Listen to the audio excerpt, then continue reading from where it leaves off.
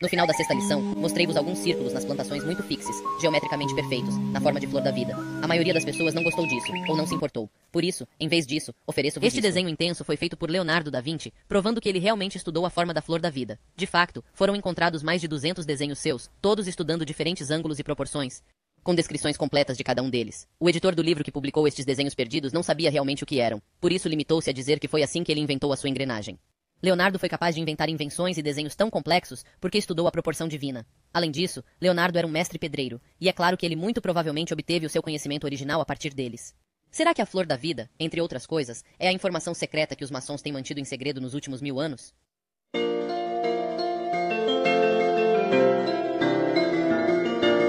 Hoje ia abordar as espirais e as sequências que se encontram em todo o universo, o que é muito importante. Mas à última da hora decidi mudar de assunto porque quero mostrar-vos outra coisa. Quem nos fala de uma descoberta espantosa no domínio científico? Quero mostrar-vos e falar sobre as suas descobertas, e depois veremos as dimensões. Garrett descobriu que, ao examinar os corais, descobriu que cada cabeça de coral tem milhares de pólipos diferentes. Estes pólipos estão constantemente a brotar e a ramificar-se em vizinhos geneticamente idênticos.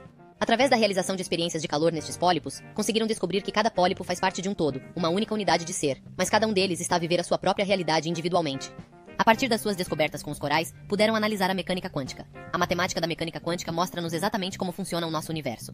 E vemos que tudo na realidade está continuamente a ramificar-se em novas possibilidades, tal como o coral. Como humanos, estamos a experimentar individualmente apenas uma dessas possibilidades, tal como os pólipos individuais. O que a física nos diz é que tudo se resume à geometria e às interações entre as partículas elementares. As coisas só podem acontecer quando estão perfeitamente equilibradas.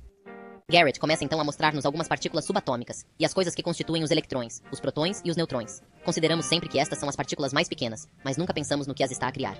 Garrett demonstra-nos como funcionam as partículas que criam as partículas pontuais. Ele mostra-nos que, quando as desenhamos na forma como se movem, o seu aspecto é este. Nas escalas mais pequenas do universo, e a forma como funcionam é muito bonita. Agora, olhem para isto. Esta é uma das formas como estas cargas se ramificam umas das outras. Como podem ver, flui num padrão hexagonal. O mesmo padrão que encontramos na flor da vida expandida. Depois, se rodarem este padrão no espaço de carga de 6 dimensões, verão que forma ainda outro padrão.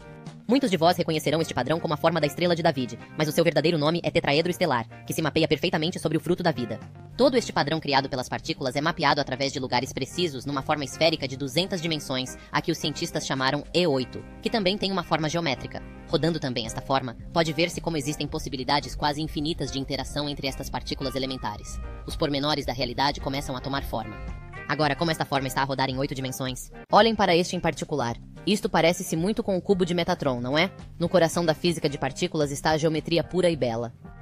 Por esta altura, já devem estar a ver onde é que a geometria sagrada se enquadra. Qual é a origem destas formas? Será que surgem ao acaso? Ou será que a primeira forma vem de outro sítio?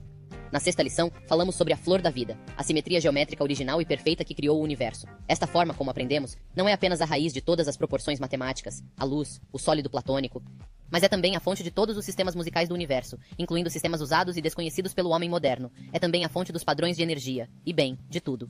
Tudo vem da flor da vida. Eu acredito que isto é o que está no coração do que está a formar cada formação de partículas subatômicas, e provavelmente vai pelo menos alguns níveis mais profundos do que o que Garrett nos está a mostrar. Começar a falar sobre elas. Estas rodas são um dos símbolos mais antigos que se conhecem. Os únicos sítios onde foram encontradas são nos tectos de alguns túmulos egípcios muito antigos. Encontram-se sempre em conjuntos de 4 ou 8, e ninguém sabe o que são. Mesmo os egiptólogos mais famosos não fazem ideia, mas esta é a prova de que os egípcios não só compreendiam a flor da vida, como a viviam. Hoje vou mostrar-vos o que significam estas rodas, e em lições futuras analisaremos os pormenores deste desvendamento. No entanto, há muito a tratar antes de lá chegarmos. Para Nas paredes com estas rodas, há desenhos de 7 pessoas com cabeças de animais. Chamam-se amassadores, e cada um deles tem uma oval vermelho alaranjada por cima da cabeça. Isto é chamado o ovo da metamorfose, o que é uma rápida mudança biológica para uma forma de vida diferente. Não é o tipo normal de ressurreição, eu sei.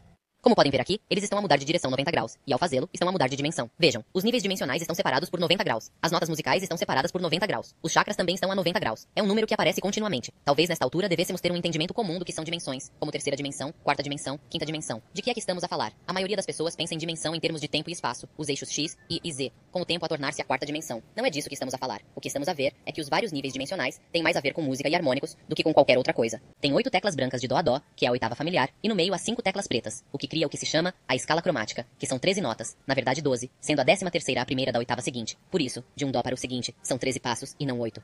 Isto também se correlaciona com o sistema de chakras 7, 8 e 13 que mencionei na lição 2. Tendo isto em mente, quero mostrar-vos uma onda sinusoidal. As ondas sinusoidais correspondem à luz e ao espectro eletromagnético e à vibração do som. Estamos todos muito familiarizados com isto. Em toda esta realidade em que estamos, cada coisa é baseada em ondas sinusoidais. Não há exceções a isso. A física quântica talvez, e a mecânica quântica olham para tudo na realidade de uma de duas maneiras. Pode olhar para qualquer coisa como o computador em que está a ver este vídeo, para ser feito de partículas minúsculas como átomos, ou pode esquecer essa ideia completamente e olhar para ela como uma vibração, uma forma de onda como campos eletromagnéticos, ou mesmo som. Se olharmos para ele como átomos, as leis encaixam-se nesse modelo. Mas se olharmos para ele como formas de onda, as leis encaixam-se nesse modelo. Ambos os sistemas saem da flor da vida. Um deles é o que acabamos de ver, fruto da vida, até o cubo de Metatron, e mais além. Tudo neste mundo é uma forma de onda, ou pode ser visto como som. Todas as coisas, os vossos corpos, os planetas, absolutamente tudo a nossa forma de onda. Se escolhermos esta forma particular de ver a realidade, e depois a sobrepusermos à realidade dos harmônicos da música, podemos começar a falar de dimensões.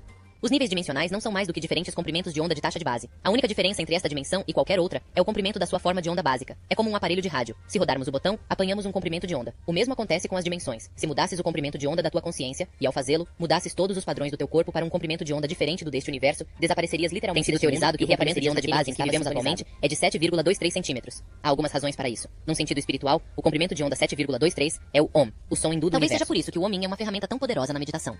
Não só isso, mas se pegarmos em 100 pessoas e medirmos a distância entre os seus olhos, o comprimento médio é de 7,23. O mesmo acontece com a distância entre a ponta do queixo e a ponta do nariz, e a distância entre as palmas das mãos e entre os chakras. Este comprimento de 7,23 está localizado em todo o nosso corpo, de várias formas, porque estamos emergidos nesta dimensão particular. Há também outra razão pela qual os laboratórios Bell descobriram este comprimento de onda quando estavam a instalar o sistema de micro-ondas nos Estados Unidos. Para se livrarem da estática, fizeram algo de que nós, como planeta, ainda estamos a sofrer. Aumentaram a potência 50.000 vezes acima do que normalmente precisaríamos, o que criou um campo muito poderoso, para que o comprimento de onda 7.23 não interferisse.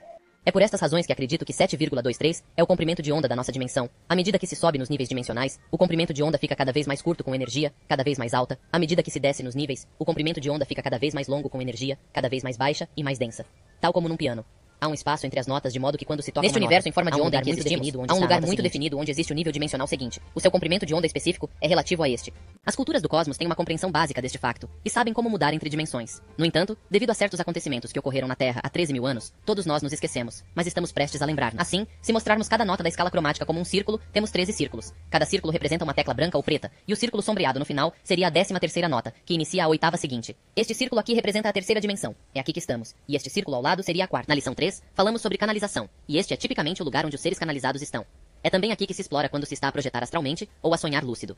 Reparem agora que o sistema musical vai para cima e para baixo para sempre. Oitavas, teoricamente, é assim que o universo funciona também. Um espectro infinito de universos em ambas as direções, indo para cima e para baixo para sempre. Quer dizer, vá lá, pensamos que o nosso universo era grande, mas tudo no nosso universo, tanto quanto isso é apenas esta dimensão. Já devem ter ouvido falar de uma dimensão de um 44 e de como um 44 se relaciona com outros assuntos espirituais. Isto deve-se ao facto de haver 12 notas numa oitava e 12 sobretons entre cada nota. 12 vezes 12 é igual a 144 para ser mais níveis dimensionais. Há 12 dimensões maiores e 132 dimensões menores dentro de cada oitava, embora, na verdade, essa progressão provavelmente continue para sempre. O diagrama que temos estado a ver representa uma oitava. As 13 notas repetem-se, e depois a outra oitava a seguir. Parece que estou quase a acabar por hoje. Quero mostrar-vos isto. Eu estava a ver Ancient Aliens há pouco tempo, e um dos nativos que tem comunicação com seres de dimensões superiores disse ao homem que o estava a entrevistar. Que eles sempre estiveram aqui, mesmo aqui onde estamos sentados agora, mas simplesmente não os vemos. Eles estão numa frequência diferente. E ninguém percebeu o que ele queria dizer. Por isso é uma nova perspectiva sobre isso.